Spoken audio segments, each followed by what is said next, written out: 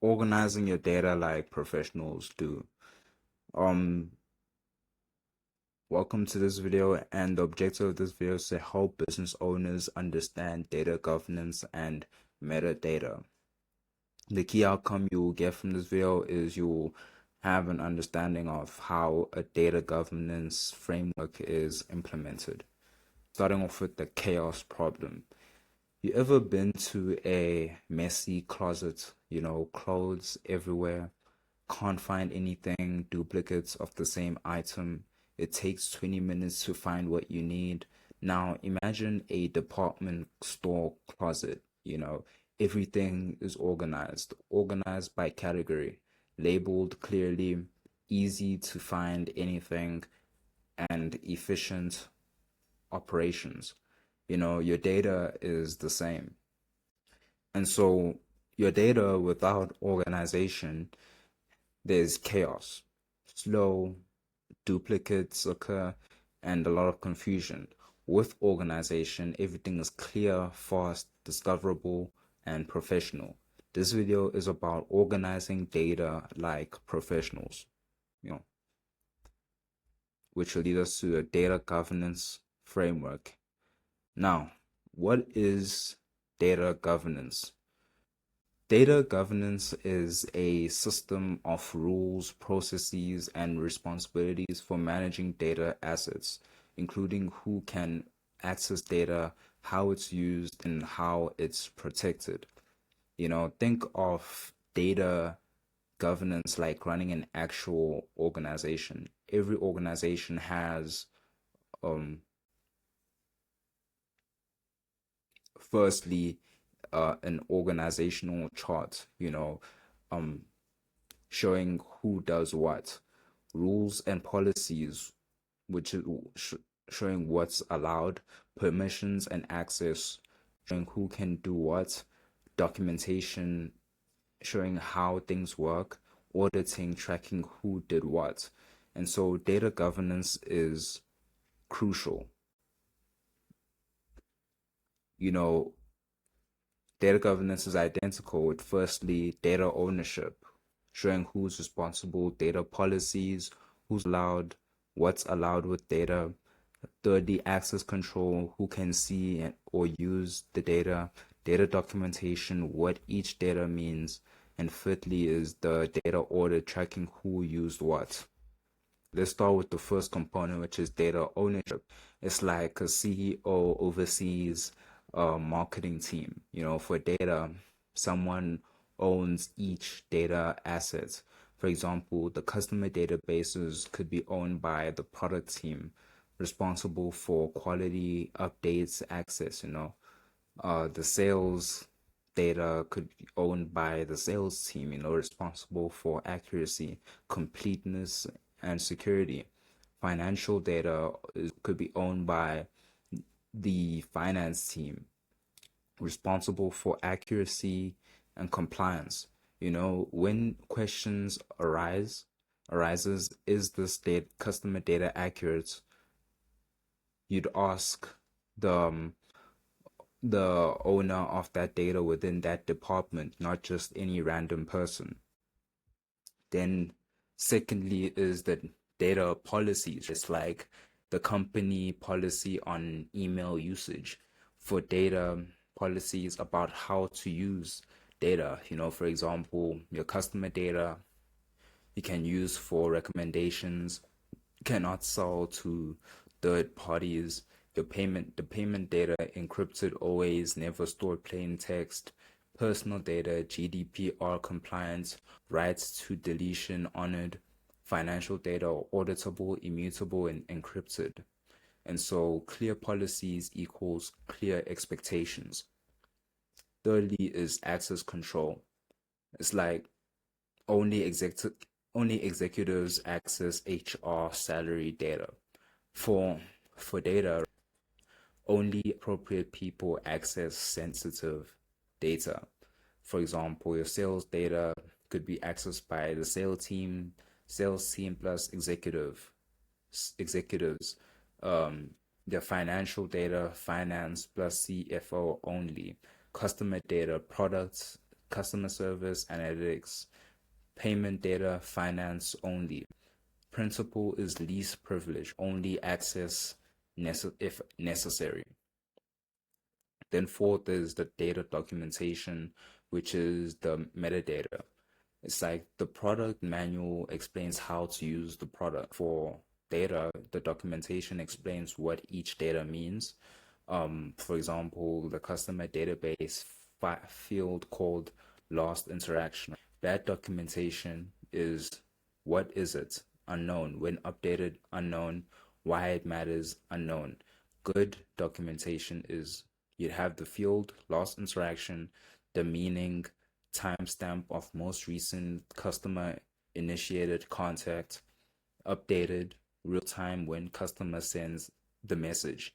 Why this matters, it indicates the engagement level.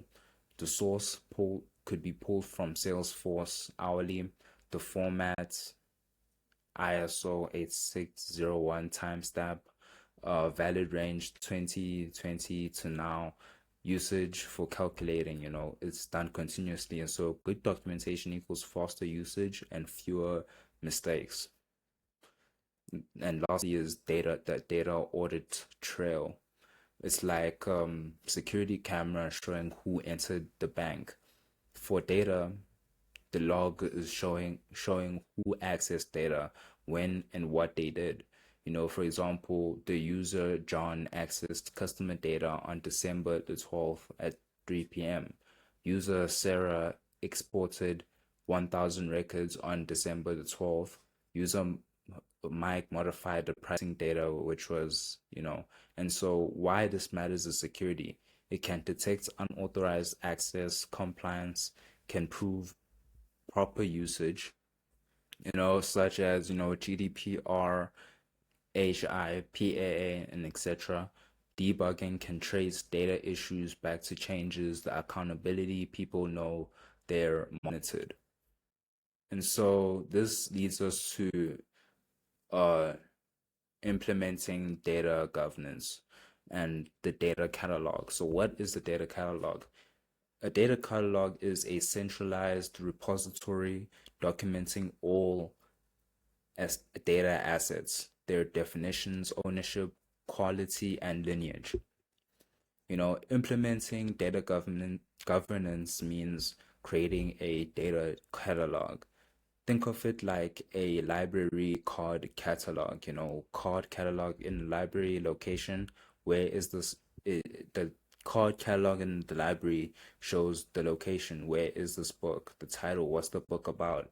The author, who wrote it, subject, what topics, status, available or checked out.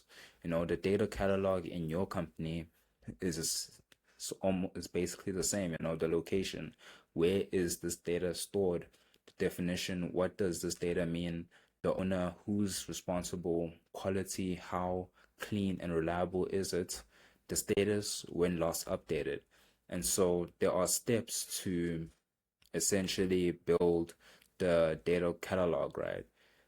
Starting with the inventory. This could be sorted in week one. You list all data assets.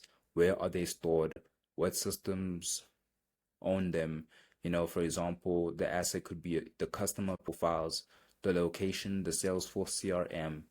The owner could be maybe Sarah, who is the VP product manager, the type operational.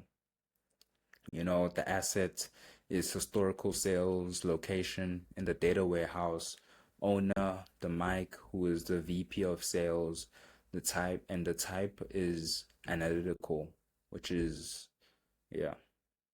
Then there's step two, which is you define, for each asset, write documentation. What does it mean? How is it used? What's the quality? For example, the assets could be the customer email, right? And the definition is the customer's primary email address. The quality is 95% valid,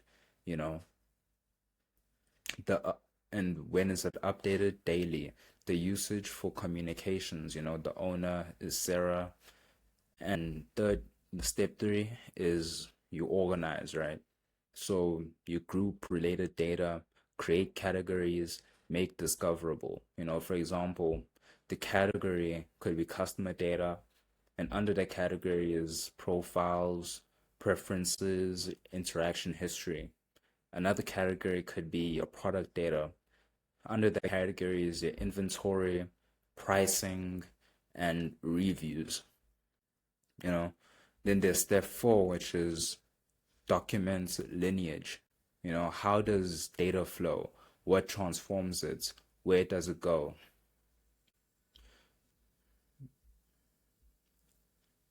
For example, your Salesforce CRM is the source, right? And the ETL transforms and cleans and then the data and is sent to the data warehouse.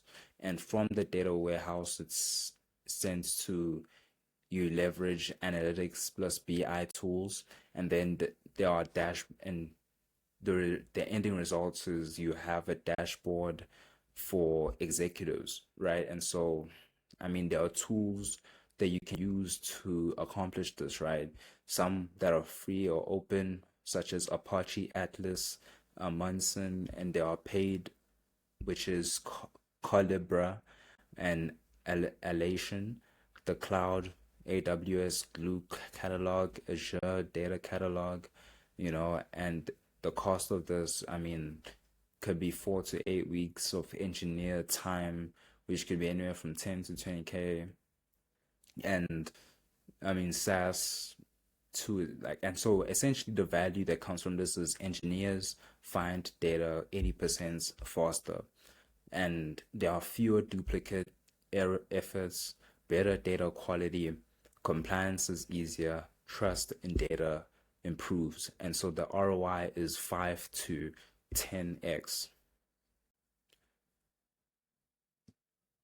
as I would have here. We go find data faster, compliance easier, trust in data improves.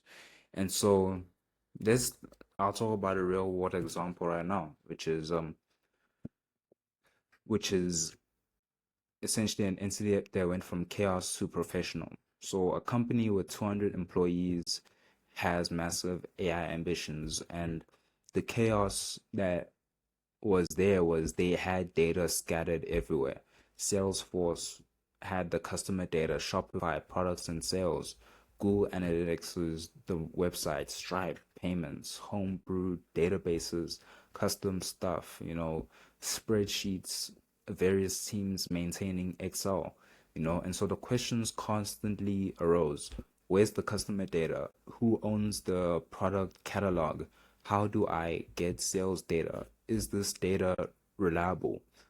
And so what it cost was engineers wasting 10 elite wasting about 10 hours per week finding data, which equaled 500 hours per year, which is equaled over 100, which equals like 100K wasted. Then duplicate data systems, multiple teams managing the same data, trust issues, nobody knew if data was reliable, slow AI development, can't build systems without clear data. Then entered the governance project, all right, where on the first month they created a data inventory, listed all 200 data sources, identified owners, documented definitions. Second month, they implemented access controls. Who can see what? Clear permissions. Security improves. On the third month, they built the data catalog, which was the central place to search, all data documented, lineage tracked. On the fourth month, they trained the teams, how to use the catalog, the governance policies, and best practices. And so the results that came from this was engineers found data in 5 minutes versus 1 hour before. Duplicate systems were eliminated. Data quality improves with clear responsibilities shown. AI developments accelerated, and the financial impact was the project costed 30K per month, and ongoing tools plus team was a lot better, with $24,000 per year. And so the benefits that came from this was the time saved, which was 10 hours per week. Over 50 weeks was 100K per year saved. Duplicate elimination resulted in a lot of money saved. Better AI resulting in, because of the 20% faster developments, equaled 50K in value.